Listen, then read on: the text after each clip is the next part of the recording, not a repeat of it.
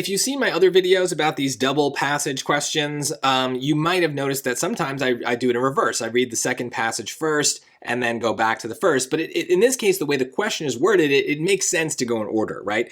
Based on the text, how would Maddox in text 2 most likely respond to the conclusion of Sharif in text 1? So basically, we should know what Sharif's conclusion is. That way we can kind of see what the response might be like. So we're going to do text 1 first. In a study of the benefits of having free time, Marissa Sharif found that the reported sense of life satisfaction tended to plateau when participants had 2 hours of free time per day and actually began to fall when they had 5 hours of free time per day. So plateau, fall with more free time. After further research, and this is part of the question, after further research, Sharif concluded that this dip in life satisfaction mainly occurred when individuals spent all their free time unproductively, that's a strong word there, such as by watching TV or playing games. So the decrease is because of unproductivity. So I don't know what answers are going to look like yet because I need to know what text 2 thinks about that. So I'm focusing on that word of unproductive, right? That's the strong word that really popped out of text 1. Psychologist James Maddox cautions against suggesting an ideal amount of free time. The human desire for both free time and productivity is universal, but Maddox asserts that individuals have unique needs for life satisfaction. Furthermore, he points out that there is no objective definition for what constitutes productivity. So, no definition of productivity. Reading a book might be considered a productive activity by some, but idleness by others. So, productivity, if I'm going to dumb summarize this, it's that productivity is like uncertain or something, unclear. So let's see if that's an answer. Let's just see if something looks like that. A, by acknowledging that free time is more likely to enhance life satisfaction when it is spent productively than when it is spent unproductively. No, he's saying productivity is uncertain. So the fact they're saying more likely, we don't really know. That maybe text 1 would say that, and that's what makes this maybe a trap, is it's a misunderstanding of the question itself. But text 2 guy is saying we don't really know what productivity is, so we can't really say what's better or worse. B, by challenging the reasoning in text 1, as it has not been proved that productivity commonly contributes to individuals' life satisfaction. Well, it has the right vibe. I would keep reading here. I wouldn't eliminate it, but it doesn't seem to hit that idea of like productivity being uncertain. So I don't love that. I kind of want that to be part of my choice.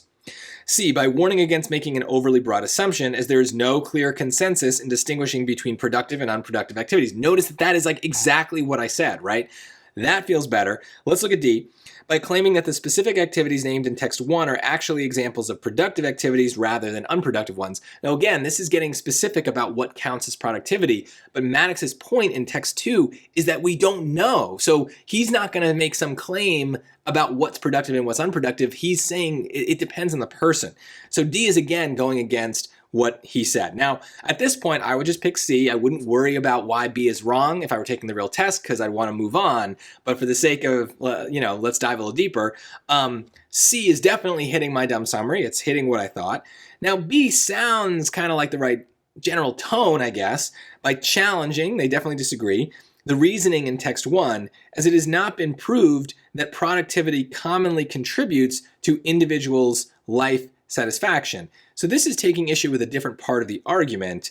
This is saying productivity isn't necessarily good, but he's not really arguing that aspect of it. He's not conceding, let me put it this way, text 2 is not conceding that productivity is good or bad.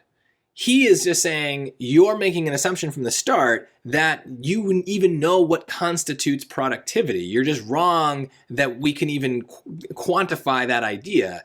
So B is kind of just like attacking a point that nobody is making. It's attacking data. It's saying like maybe like your experiment or your survey was wrong. We don't really have that. That's just not what he's going for. So I think that that's hard to disprove, but I think C is very easy to prove. I mean, it says it pretty much explicitly in text 2 that we don't know what productivity is. C basically says the same thing. So it's just a reminder that on the SAT, sometimes we're able to prove our answers very easily using the text.